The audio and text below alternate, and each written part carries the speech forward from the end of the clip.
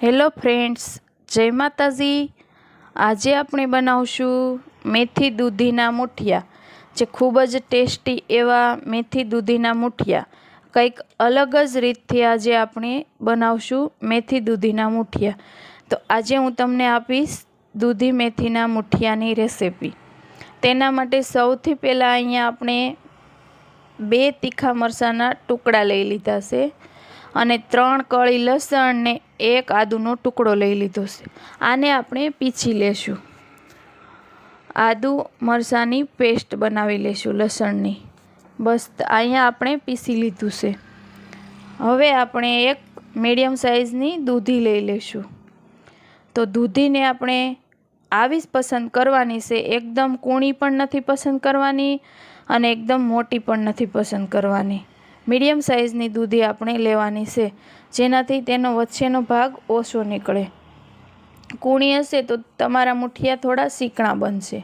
બસ આ રીતે આપણે ખમણીથી દૂધીને ખમણી લેશું અને વચ્ચેનો ભાગ આપણે નથી એડ કર્યું, કાઢી લીધું છે, તમે જોઈ શકો છો।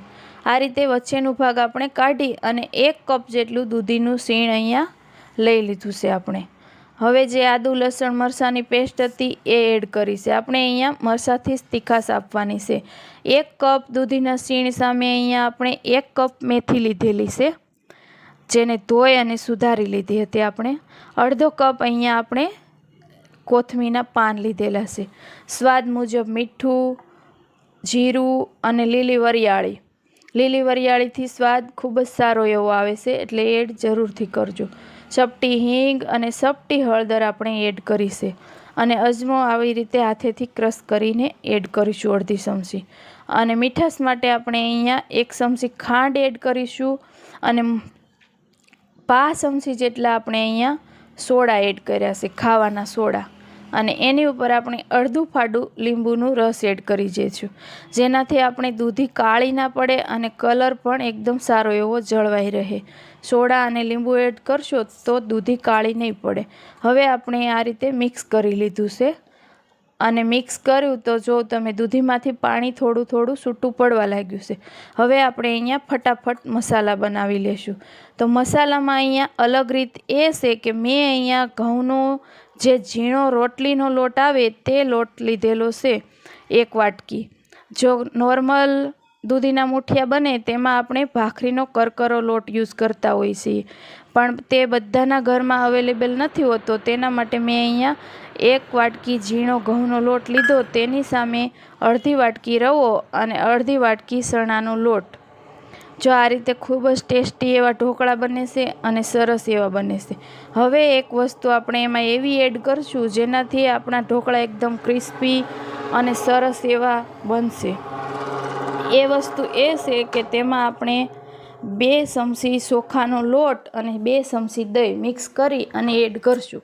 જો તમારી પાસે ચોખાનો લોટ ના હોય તો તમે રાંધેલા ચોખા હોય તે પણ 2 ચમચી એડ કરી શકો છો, અને તે પણ ના હોય તો બાસમતી ચોખાને મિક્સરમાં ક્રશ કરી અને 2 ચમચી એડ કરી શકો છો।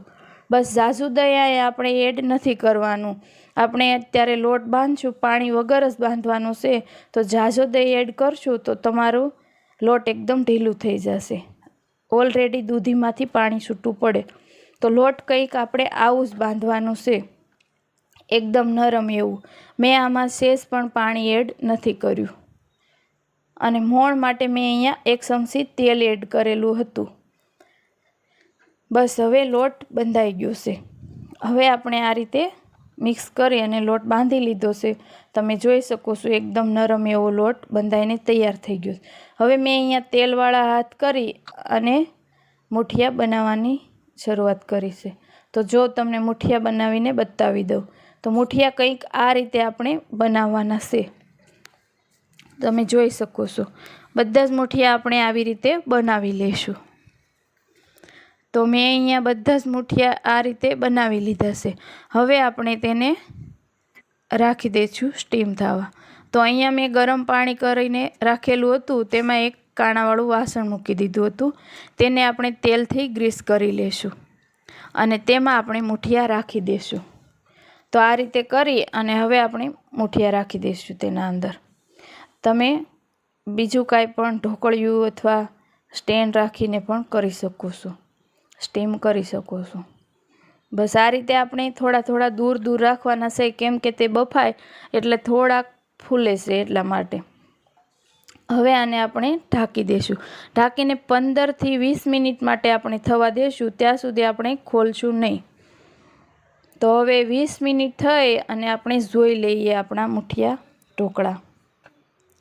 તો તે બફાઈ ગયા છે એકદમ સરસ એવા, પણ આપણે સાકું નાખીને જોઈ લઈશું. તો જો સાકું આપણી એકદમ ક્લીન આવે છે અને મુઠિયા આપણા એકદમ સરસ એવા બફાઈ ગયા છે. હવે આને આપણે નીચે ઉતારી અને ઠંડા કરવા રાખી દઈશું. ત્યારબાદ આપણે કટ લગાવશું.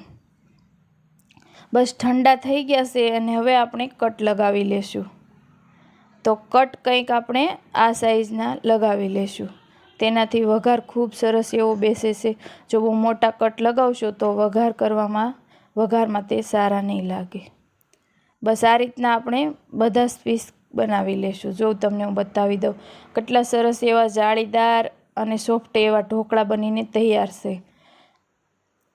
બસ હવે આ રીતે આપણે બધા જ મુઠિયાના કટ લગાવી લીધા છે. હવે આને આપણે વઘાર માટે લઈ લઈશું. વઘારમાં મેં અહીંયા 1 પાવડું તેલ લઈ લીધું છે અને તેમાં 1 ચમચી રાઈ એડ કરી દઈશું, 1 ચમચી જીરું એડ કરી દઈશું, 10 થી 12 લીમડીના પાન એડ કરી દઈશું. બસ હવે આપણે 1 ચમચી તલ એડ કર્યા છે અને તીખાશ માટે અહીંયા 1 મરચું એડ કરી દીધું છે.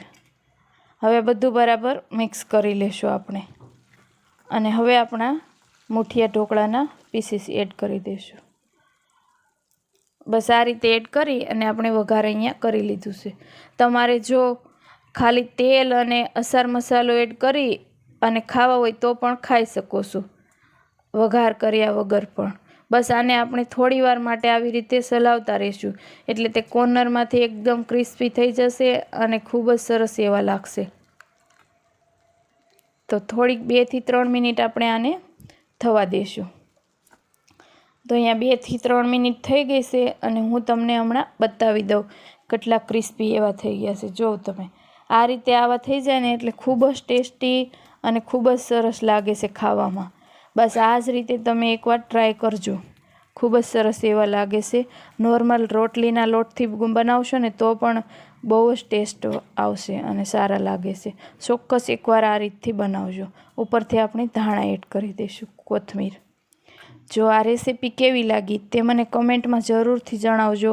રેસીપી સારી લાગી હોય તો લાઈક, શેર અને સબસ્ક્રાઈબ કરવાનું ભૂલતા નહીં. તો આપણે ઢોકળા તૈયાર છે. હવે આને આપણે એક પ્લેટમાં સર્વ કરી લઈશું. તો જો આ રીતે જરૂરથી એકવાર બનાવજો અને ખૂબ જ સારા એવા બનીને તૈયાર થાય છે. તો હું તમને બતાવી પણ દઉં કેટલો સરસ એવા બનીને તૈયાર છે. જો